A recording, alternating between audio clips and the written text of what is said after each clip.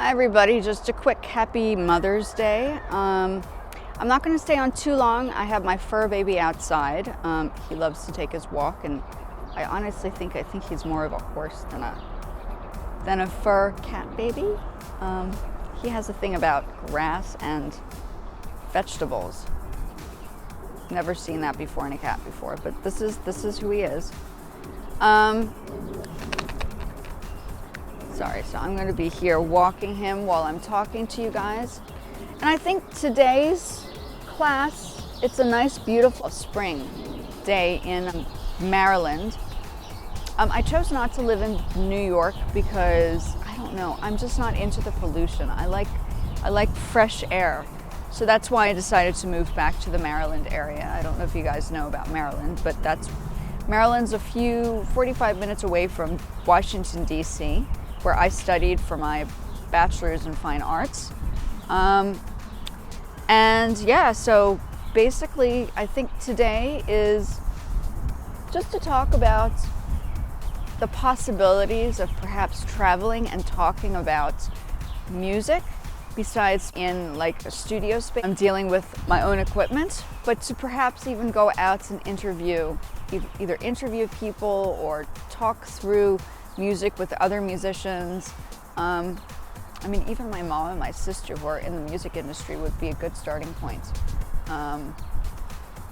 So yeah, I think music is a broad spectrum, and as I mentioned before, trying different things in music is always a good way to go around understanding music. And I also think living in different countries, which is what happened to me, like music is not just for the United States. We're talking about global discussion in music and different cultural backgrounds, and each country has their own different way of going about doing music. And I thought maybe this would be a good channel to not just do the music, but also talk about other cultural musical situations. Like you have music from Egypt, and you have music from different parts of Europe, and music from Israel, and music from Africa, and music from China, and music from Cambodia, and music from Thailand.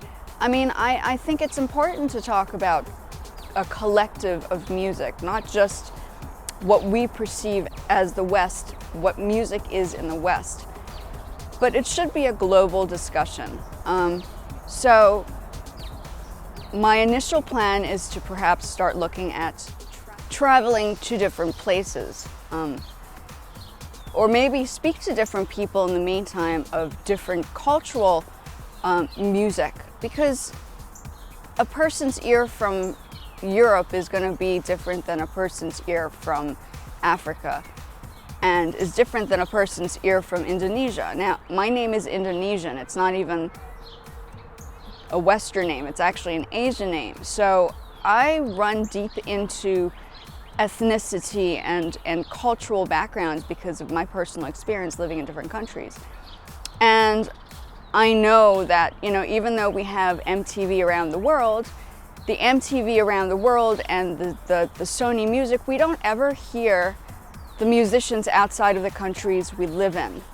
Now, I happen to be lucky to have experienced living in South Africa and Indonesia and Japan and South Africa, where I got a chance to see people in different environments within music.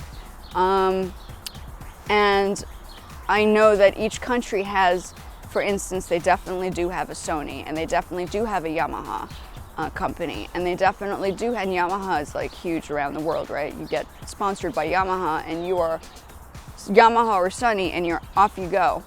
But Sony is a company that brings in musicians and promotes. I'm more like an indie artist. I like to be indie means independent. And there are a lot more independent artists now than they ever have been, because of the way we are able to set up our own spaces and build our own equipment up. Yeah, going back into the discussion of global and local, I think it is important to have somebody out there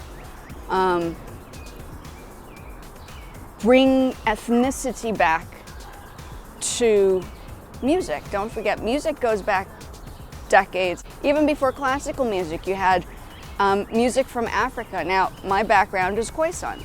I don't know if you guys have a history of Southern Africa, but Khoisan lived in, they inhabited the Sahara Desert.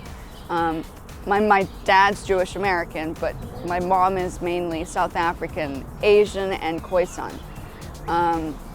So we have that history, and I know that on an instrument-based situation, you have instruments made out of dried pumpkins and squashes, and like percussion instruments. And in Swaziland and parts of in southern Africa and Africa, they have cocoon shells. So they dry out the cocoon shells and they create these little, they sound like shakers on your ankles, and you put them on the ankles. So I would be interested to go back into history, besides talking about the present history and dealing with music production, but to go way back before classical music and understand the cultural instrumental backgrounds. Now, I have a book, I'll pull it out later, of instrumental books that go back into history. The piano was never around. So my whole goal is to bring up the cultural side of music too. I think it's important to understand where sounds come from. Call this my classroom. My classroom is going to be not just in my space. My classroom is going to be in different places. Maybe we take a visit to Guitar Center later on, and then I can show you instruments that you can buy there. But I don't know, I would have to get permission first for me to do that. But I can always ask, since I used to work there and stuff, and see if that's possible. So yeah, I think it is important for people or somebody to connect the dots. I'm all about connecting the dots because of my cultural background myself. I'm not like American, I'm not South African. I lived in Japan, so I think I'm more Asian in a lot of ways. And yeah, it's just something that's been on my mind for a while. How do you connect the dots from different countries, and how would people take it? I mean, what about Chinese pop stars? Or what about Korean K-pop stars? Or how about the Japanese pop stars? I mean, there's a whole world to explore here. We're not just talking like the United States. What if this was a possibility that there could be a bridge between all of these, and with other musicians or within the spaces that you find them? I would be interested to see the development of something like this that can happen. Sure, music is good to talk about, but also visuals. You want to visualize the information, right? It's not just sitting in a classroom and understanding. This is the one thing about YouTube that's fantastic, is you can move around with work. And my goal is to move around and travel with work. If I could possibly do it, I will make it happen. And well, like and subscribe. My name is Cinta once again, if you don't know me. And I hope you enjoy the conversations I'm having, and it opens up a broader spectrum of just music that's from the West. I like East Asian music. I mean, growing up in Indonesia, and my name is Indonesian, I feel as if I have a responsibility to partake in talking about music from outside of the United States. So hopefully this works out and I can start traveling with this vision and helping people understand a little bit more about our world that we live in. Thank you again, and I'll see you guys in the next one.